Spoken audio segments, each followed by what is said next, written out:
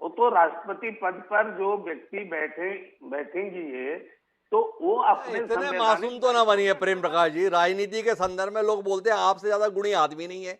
आप बता रहे हो कि द्रौपदी मुर्मू के होने से आगे के चुनाव का क्या संबंध है। अपनी पार्टी को और आपको जो लोग जानते समझते हैं, जो आप आज कहते हैं ना अगले 5 साल के संदर्भ में लोग आकलन करने लगते हैं, क्या सोच के आप कर रहे हैं। वाकई द्रौपदी मुर्मू के संदर्भ में आप इतने ही मासूम हैं। हमें कोई मतलब नहीं है, बस केवल राष्ट्रपति तय करना है। बल्कि इस बात से सहमत हूं जो गिरजा शंकर जी ने कहा जी कि जिस राष्ट्रीय स्वयंसेवक संघ, जिस भाजपा पर ये बातें लगती थी कि ये बावन बनियों की पार्टी है, जी सामाजिक समरसता की ओर तेजी से बढ़ना, तो समाज के हर वर्ग के लोगों को जोड़ना और जी योग्य व्यक्तियों को यथोचित स्थान पर पहुंचाना, ये कौन सा गलत काम है। तो ये अगर पार्टी इस और पर भी मेरा सवाल है। आप सामाजिक समरसता की बात करते हैं, अतीत में शुचिता की भी बड़ी बात करते थे, और खबरें ये आ रही हैं इस विधायक को तोड़ लो, इस विधायक को फोड़ लो। मध्य प्रदेश में विधायक चिक चिक कर बता रहे हैं 1 करोड़ का ऑफर है क्रॉस वोटिंग के लिए, 50 लाख का ऑफर है क्रॉस वोटिंग के लिए। भाई जीत आपकी दिखाई दे रही है, तो भी इतनी रुचि क्या है आपकी ये विधायकों की तोड़फोड़ करने में। क्यों इतना ज्यादा परेशान रहते हैं आप, क्या दिखाना चाहते हैं। कोई दिखाने की जरूरत नहीं है। मुझको लगता है कि वो जो भी खबर होगी, अब वो तो इंडिविजुअल मुझे नहीं मालूम, लेकिन जहां तक लोकतंत्र की बात है, मैं रोकना देखिए चाहूंगा प्रेम प्रकाश जी, आप ऐसे बच के नहीं जा सकते कि वो मुझे नहीं मालूम। राष्ट्रपति पद के प्रत्याशी हैं यशवंत सिन्हा। उन्होंने कल भरी प्रेस कॉन्फ्रेंस में आरोप लगाया है वोटरों की खरीद फरोख्ती की कोशिश हो रही है। कमलनाथ, आपने उनके साथ राजनीति की है अविभाजित मध्य प्रदेश में, जिम्मेदार पद पर हैं, नेता प्रतिपक्ष की भूमिका में हैं, बता रहे हैं मेरे विधायकों को खरीदने की कोशिश हो रही है। आपके पुराने साथी रहे लोग माइक पर आकर बोल रहे हैं 1 करोड़ का ऑफर मुझे था, 50 लाख का मुझे था, और उसके बाद आप इस कार्यक्रम में बच के निकल जाना चाह रहे हैं वो मुझे पता नहीं है।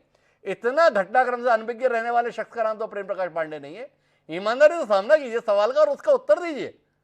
मैं ये बोलना चाह रहा हूँ कि राष्ट्रपति पद के उम्मीदवार या कमलनाथ जी ऐसे बयान दे रहे हैं, तो मुझको लगता है कि आप ये बताइए, जी किसी एक विधायक या दो विधायक के खरीदने या जाने से कौन सा अंतर क्या पड़ने वाला है।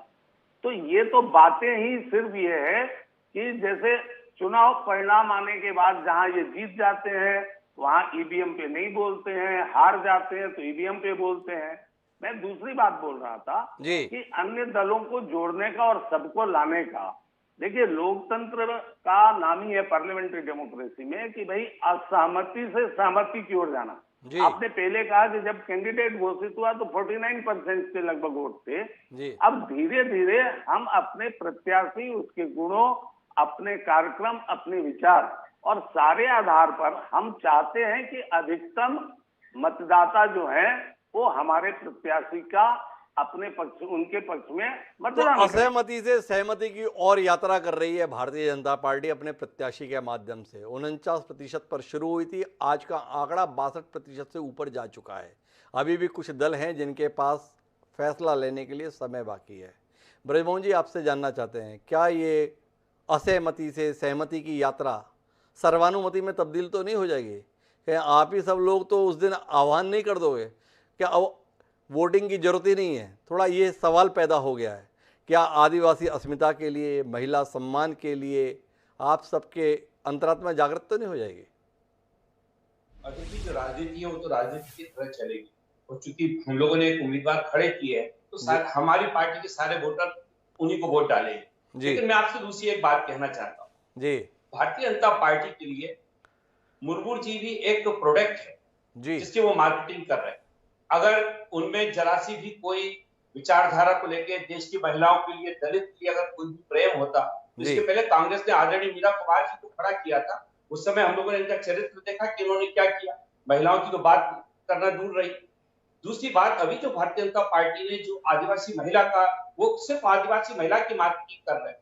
उनको ना तो उनकी शिक्षा से मतलब है, ना उनके राजनीतिक उपलब्धियों से मतलब है। कारण बहुत स्पष्ट है, जी क्योंकि उनको ये मालूम है कि आदिवासियों के बीच में भारतीय जनता पार्टी की पेट दिन प्रतिदिन कम होती जा रही है। जी और वहां पर आज भी जितने, मैं अगर पूरे पुराने आंकड़े देखूं तो आज भी उसमें कांग्रेस एक बेहतर स्थिति में है, जहां पर कि वो बीजेपी को टक्कर दे रही है। तो जी आज उनकी पहली जरूरत एक ही चीज है कि किसी ढंग से हम आदिवासियों के बीच में ये संदेश दे पाए कि भारतीय जनता पार्टी ने एक आदिवासी महिला को खड़ा करके उनके हित साधने का काम किया है। बड़ी इंटरेस्टिंग बात मैं आपको बताऊं कि जब आदरणीय कोविंद साहब का चुनाव हुआ और उसके बाद वो देश के 5 साल तक राष्ट्रपति के रूप में उन्होंने काम किया, आज से 4 दिन पहले एक कार्यक्रम होता है नई पार्लियामेंट को लेकर, जहां पर कि अशोक चक्र का लोकार्पण किया था आदरणीय नरेंद्र मोदी साहब ने। भारतीय जनता पार्टी के जो अध्यक्ष हैं, स्पीकर जो है लोकसभा के आदरणीय बिरला साहब, उनको याद तक नहीं आया कि ये हमारे इस हरिजन जिनकी हम गाना गा रहे थे कि हरिजन राष्ट्रपति हमने बनाया, ये उनका अंतिम सार्वजनिक कार्यक्रम होगा, इसमें हम उनको भी बुला लें।